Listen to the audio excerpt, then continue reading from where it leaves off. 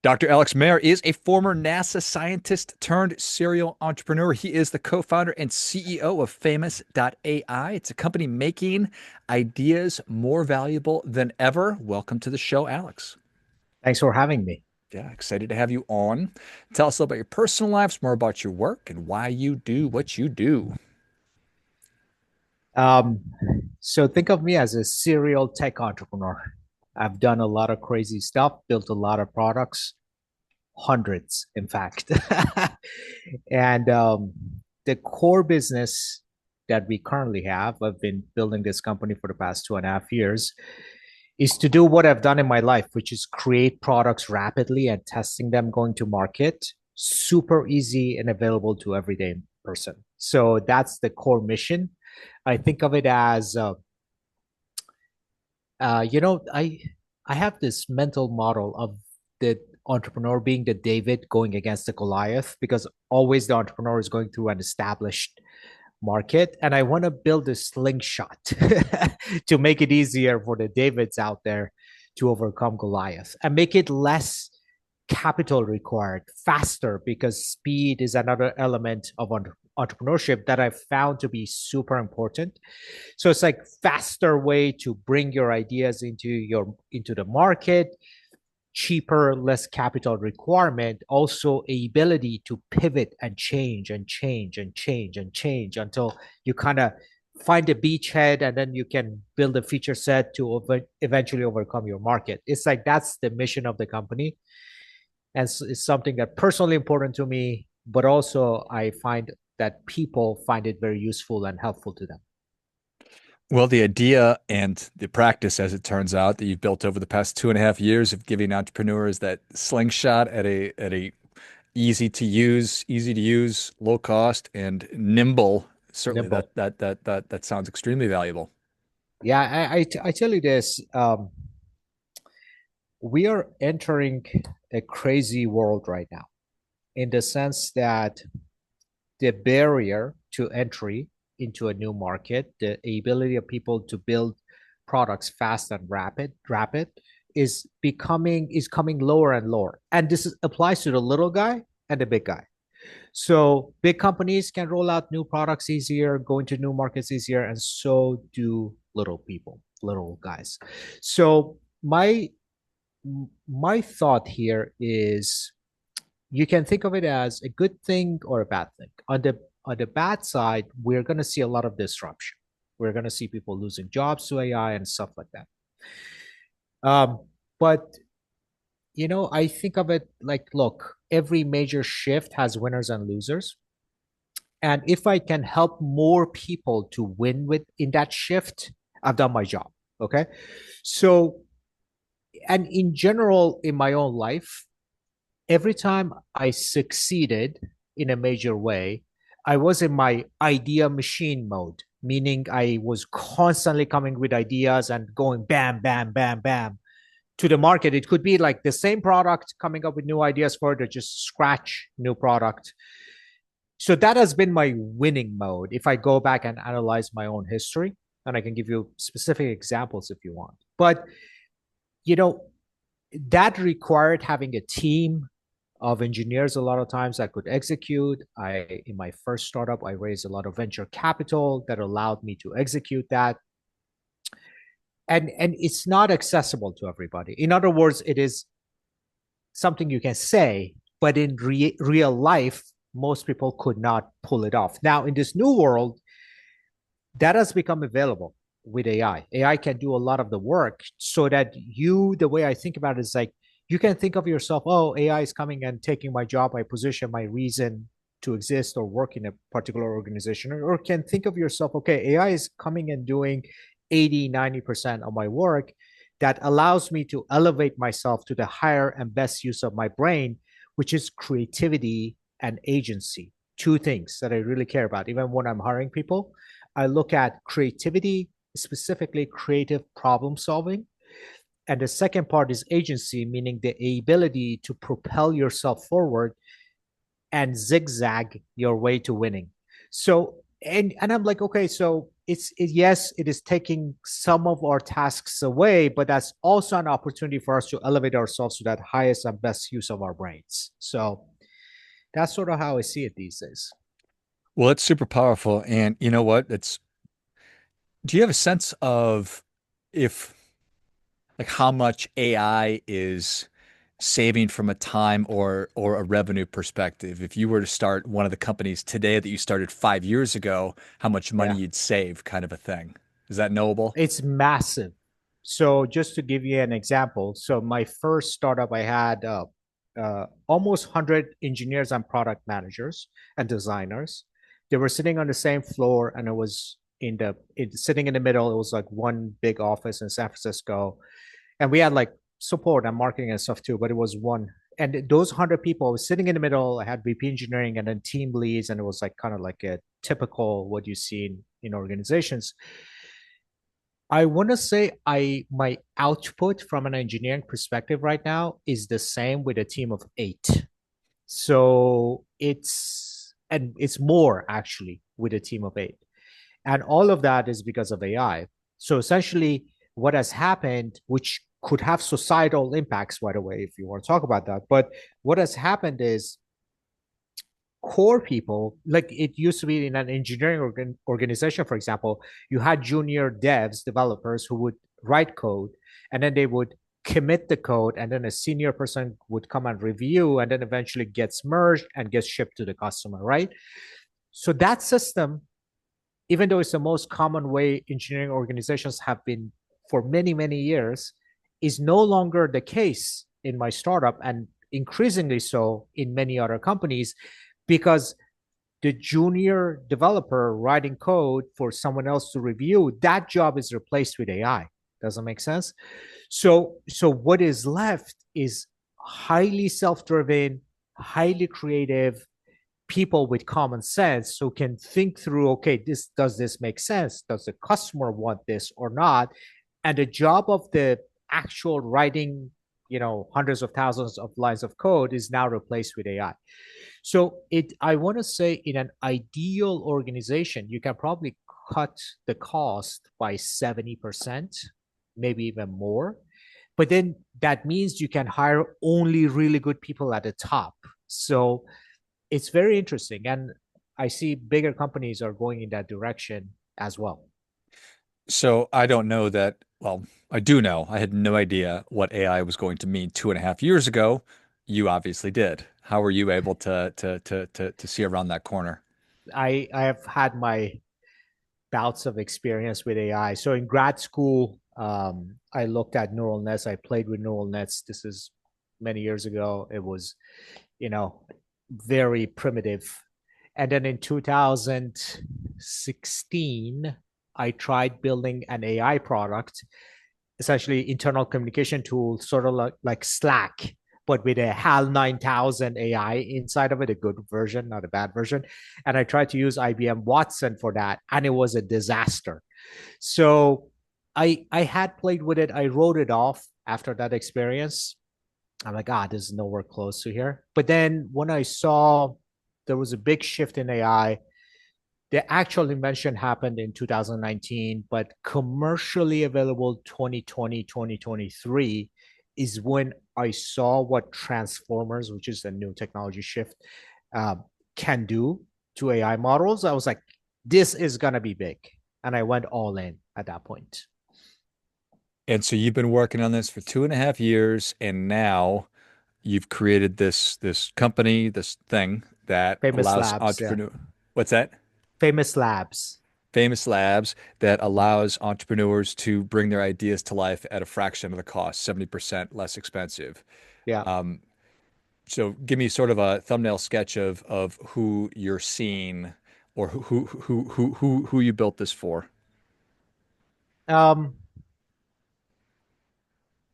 I built it, believe it or not, for the younger, less experienced, less capitalized version of myself when I started. So when I became an entrepreneur, um, I was going to Berkeley for MBA, and I was working at NASA at the time. And I was a scientist. I had not really much experience in entrepreneurship. When I decided to cross the Rubicon and become an entrepreneur, I cashed out my 401k, that little that it was, and paid all the penalties. And I started a company just like out of my bedroom in Berkeley, which then eventually became Zoosk. And then we sold for roughly 298 million, essentially, many years later. So that journey was a tough one, in the sense that as a first time entrepreneur, you it's really hard to build an actual like scalable company and scale it without much experience and capital. So I had to raise a lot of capital and all the things that come with it. Um, I want to say there's a new path to entrepreneurship is available now, which is people literally bootstrapping their unique. I think of every human because of their life experiences and the way we are created. We all come with a gift. We may know what our gift is, we may not.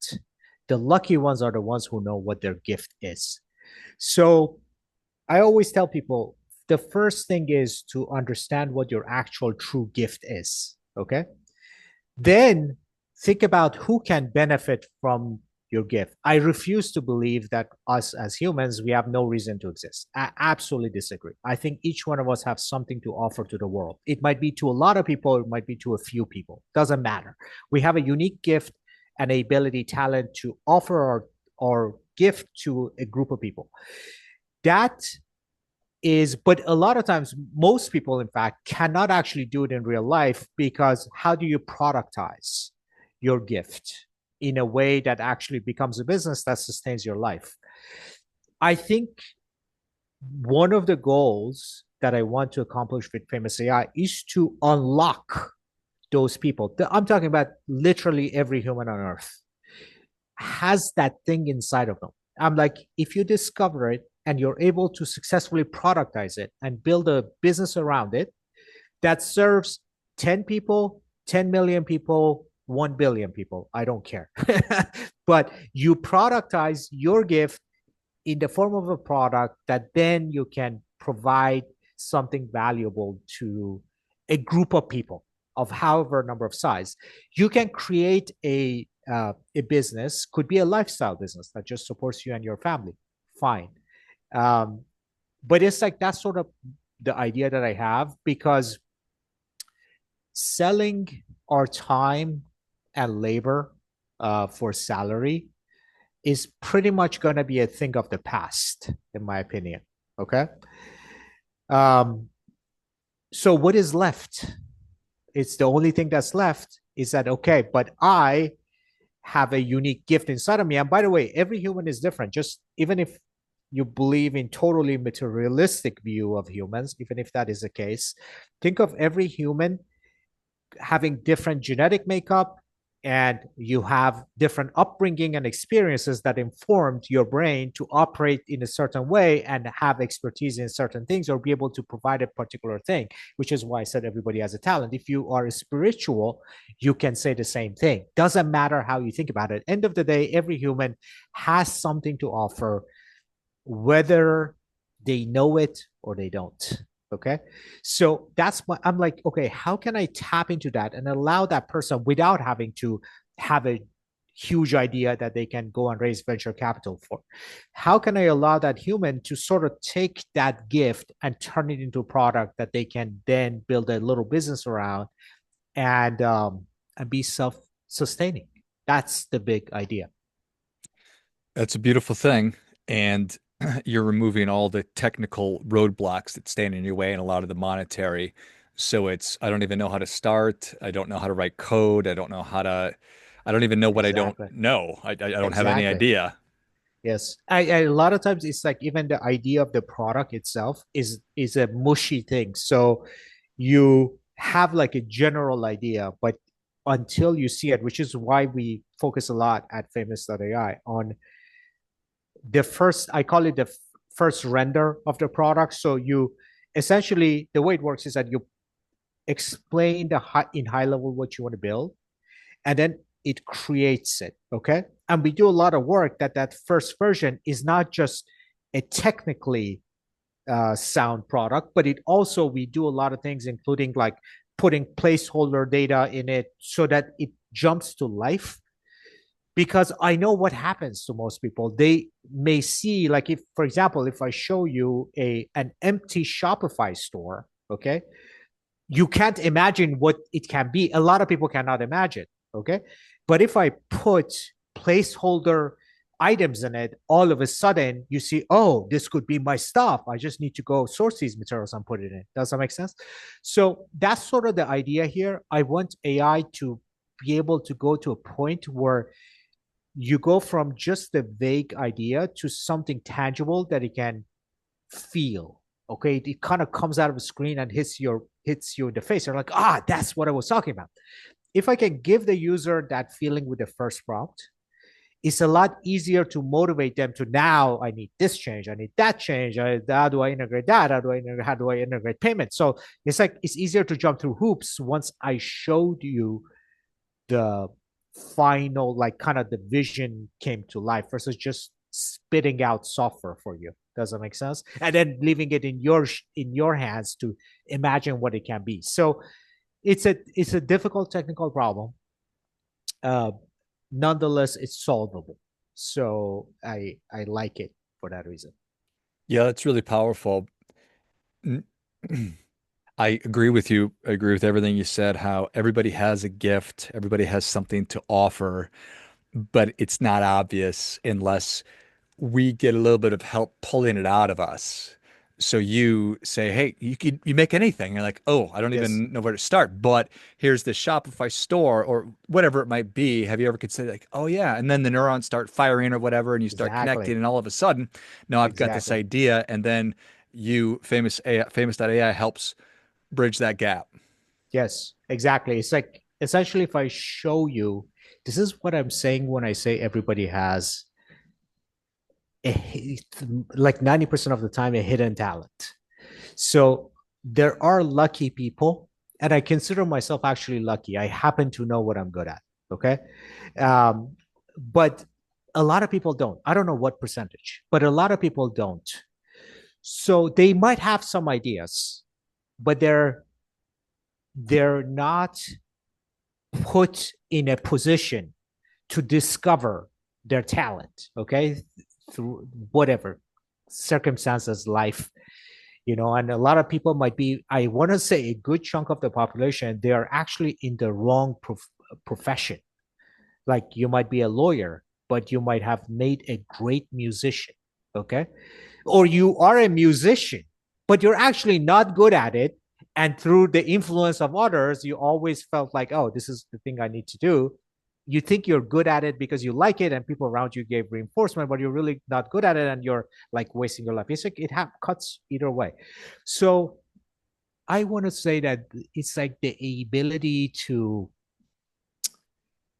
treat treat the world as a playground and play with different ideas rapidly to see what you're truly good at. And the market will tell you, market is ruthless. So it's like, if you're putting out a bad product or a product that you think is great, but the market gives you negative feedback, which a lot of times doesn't even come in the form of negative feedback, like your friends, and they're like, oh, this is an awesome product, but nobody actually pays for it. It's negative feedback, even though it's not wrapped that way. Does that make sense?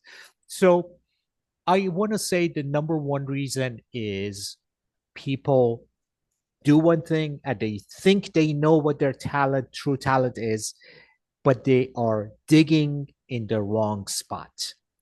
And if I can make it so that everybody, hopefully starting at a young age, they start experimenting and experimenting and experimenting to find their really, like, the thing they're special at. So if I can help a percentage of the population to discover that, I've done my job. So yeah, that's how I think about it. Well, the gift of helping others to uncover their gifts, I think, is a profound and very, very important one, especially as we move into this very, very abstract future. Yeah, I know. It's the future is gonna be. We'll see how which way it cuts. Yeah. So I go to Famous.AI. What's what's Mhm. what's my user experience? So you can essentially, it asks you what you want to build. And probably most people put a simple prompt the first time. Like, let's say you're into fitness, you put fitness tracker app. Okay. And it will work off of that and it will give you something. But and something that actually hopefully impresses you. Okay. What eventually happens that I've seen is that people, that first thing they build is just a warm up. Okay. In fact, most people, they need to overcome the barrier of believability first, which means they put in a thing and it creates an app and they are like, oh, then it all of a sudden becomes a lot more believable. Then what happens over time is that people then go and write really detailed prompts fleshing out exactly what they want to build and then build it. Does that make sense? So a lot of times I tell people, look, if that first prompt is the best way to do it to have a very, I mean, the more specific and crisp your vision is, obviously AI can execute it better. But if crispness of the idea is what prevents you from putting the idea in, I recommend forget about it. Just put something in and let it build it. And in that iteration, the idea becomes crisp in your own brain. Does that make sense? A lot of people are like, oh, I'm going to wait for the perfect idea where I can actually see blah, blah, blah. And really, they will fail to act because they don't have a very crisp vision. Does that make sense?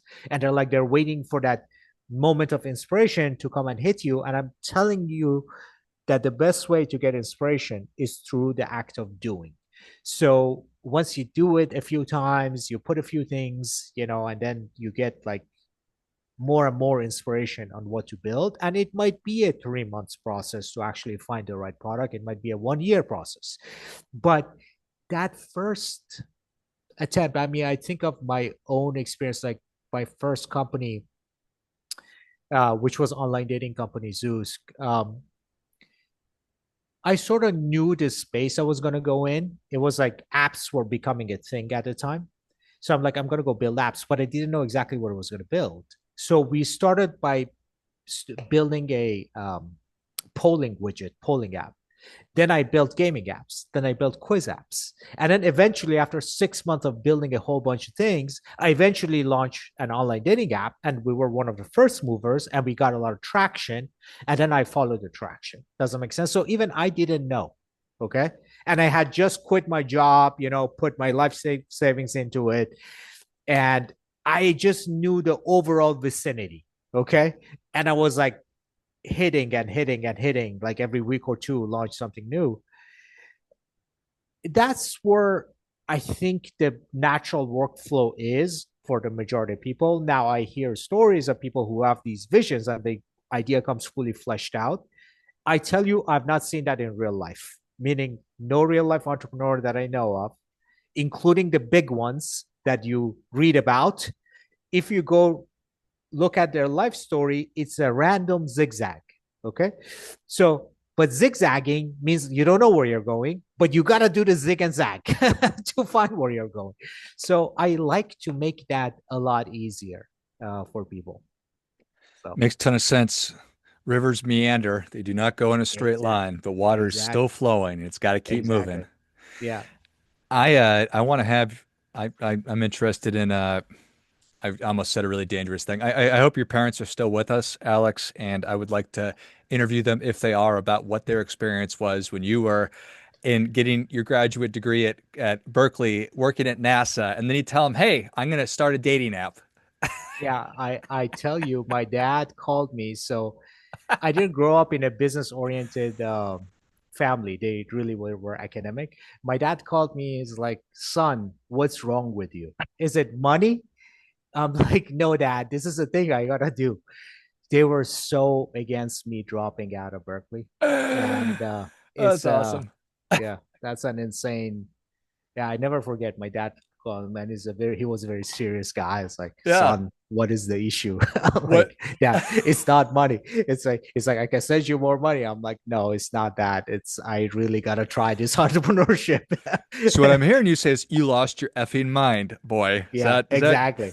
That's exactly right. That's exactly. In fact, I tell you, for a long time, for almost 2 years. So first of all, I assured them by taking a leave of absence from Berkeley. I never went back, but I did a leave of absence, and I told him, look, I can go back, blah, blah, blah. I have like 3 years or whatever to go back. And then the second thing I promised them, because as an academic, you need to publish papers, to stay relevant. So I'm like, I'll continue publishing papers, blah, blah, blah. So I can go back to academia, blah, blah, blah. And I did it for 2 years. I still, like, 2 years in, I was like managing a startup and writing peer-reviewed scientific papers. It's like I straddled it for 2 years because of my parents, but it's crazy. But I tell you this, entrepreneurship has. I never say that everybody needs to be an entrepreneur. I don't say that because I have a lot of friends who are scientists, and honestly, I respect scientists a lot more than business people. So for a lot of people, it's just, and even if I go back in time myself, maybe I don't actually take the leap. I never had to worry about NASA meeting its payroll. So but it having said that, there's something very unique about entrepreneurship, and that is freedom and liberty, which you cannot get in anything else. Essentially, the ability to prosper or suffer due to the consequences of your own action is very unique to entrepreneurship. So if I fail, I feel the pain, but I know that it was because of, the things that I did and it didn't work out. And if I win, I'm the one that made it happen. So I really like that concept. It's hard to get it in anything else in life, really. So because most of the time you work for someone else, doesn't matter what, you you win or lose because of the organization. Like somebody that works at OpenAI or Facebook or whatever, they didn't they may win big time, but they won because somebody, like, you hear employees of Nvidia made a lot of money. Great, I'm happy for them, but they got lucky. It wasn't because they made something big happen. I mean, to some extent it is, they contributed, but it's not the same when you make it as an entrepreneur. It just For doesn't sure. have the same punch, so to speak. Well, I love it.